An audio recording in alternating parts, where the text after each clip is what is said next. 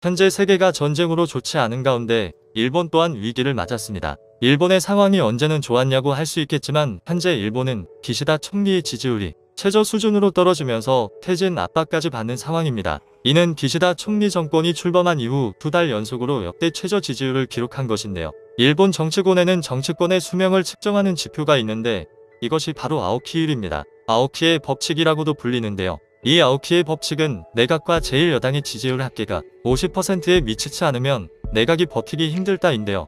현재 기시다 내각의 아오키율은 56%이기 때문에 위험하다는 말이 나오고 있는 것입니다. 어떻게 보면 아오키율이 아직 56%라서 많은 것이 아니냐고 할 수도 있겠지만 기시다 정권 출범 이후 아오키율이 50%대로 떨어진 것은 처음이기 때문에 56%가 많은 게 아닌 상황입니다. 우익 성향 산케이신문은 민영 방송인 후지 뉴스 네트워크와 함께 지난 10일에서 12일 대상으로 진행한 전화 여론조사에서 기시다 내각 지지율이 지난달 조사보다 7.8%포인트 하락한 27.8%로 나타났다고 밝히기도 했는데요. 산케이에서는 아오키율뿐만 아니라 정당 지지층 법칙을 근거로 제시했는데 정당 지지층 법칙은 총리를 배출한 정당을 지지하는 유권자의 내각 지지율이 60%를 넘기지 못하면 다음 중의원 선거와 당수 선거에서 승리 전략을 짜기 어려워 정권 유지가 힘들다는 견해를 정당 지지층 법칙이라고 부릅니다. 이번 선거에서 기시다를 배출한 정당인 집권자민당의 지지층의 내각 지지율이 지난달보다 9.1%포인트 급락한 64.5%가 되었기 때문에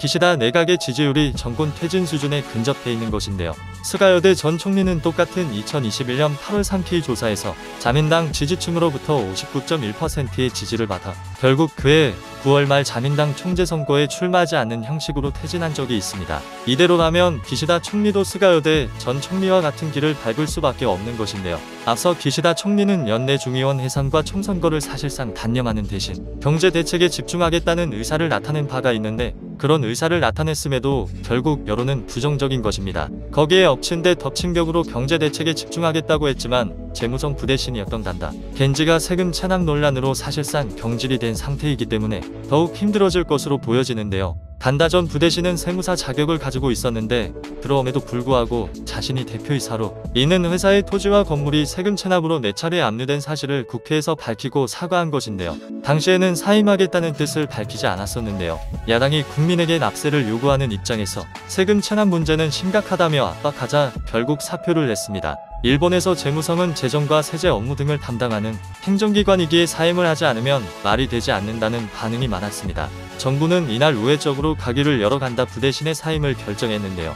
기시다 총리는 이날 저녁 간다 의원 사임과 관련해 취재진의 임명 책임을 무겁게 받아들인다며 국민께 사죄의 말씀을 드린다고 사과를 했습니다. 이어 정부가 하나가 돼서 더 높은 긴장감을 갖고 직무를 맡아 국민의 신뢰를 회복하도록 노력하겠다고 지지율 회복에 힘쓰는 모습이었는데요. 이런 일은 이번뿐만이 아니었습니다. 지난달 말에는 야마다 타로 전 문부과학 정무관이 불륜 문제로 사임하였고 다키자와 미토 전 법무부 부대신도 공직선거법 위반 사건에 연루된 혐의로 자리에서 물러난 바가 있기 때문인데요. 이로써 간다겐지 재무성 부대신까지 사임하면서 벌써 기시다 내각에만 3번째 불명예 퇴진을 맞게 된 것입니다. 요미우리 신문은 이에 대해 기시다 총리 정권 운영에 큰 타격이 될 것은 필연적이라고 지적했습니다. 기시다 총리는 9월 이후 개각과 세계평화통일 가정연합 해산명령 청구를 단행하고 국민 1인당 4만엔씩 세금을 줄여주는 감세를 추진한 바가 있는데요. 이에 일각에서는 지지율이 조금이라도 회복될 것이라는 기대가 있었으나 주요 언론 여론조사 결과 내각 지지율은 오히려 하락하면서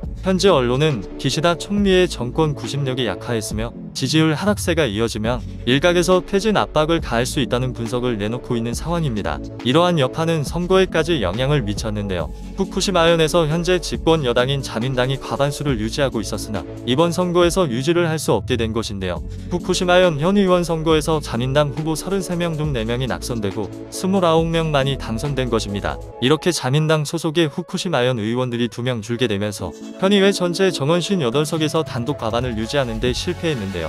거기에 무소속 출신 후보들까지 11명이나 당선되면서 정당 소속 후보들의 입지까지 더욱 줄게 되었습니다. 이로써 이번 선거는 자민당의 패배라는 평가까지 받게 되었는데요.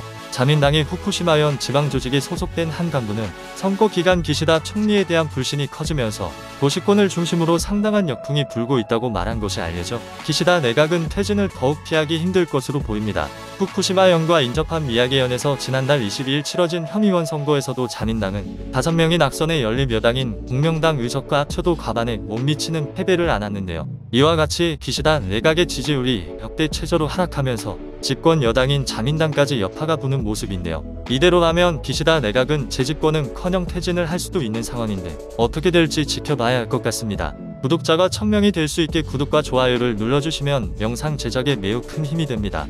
감사합니다.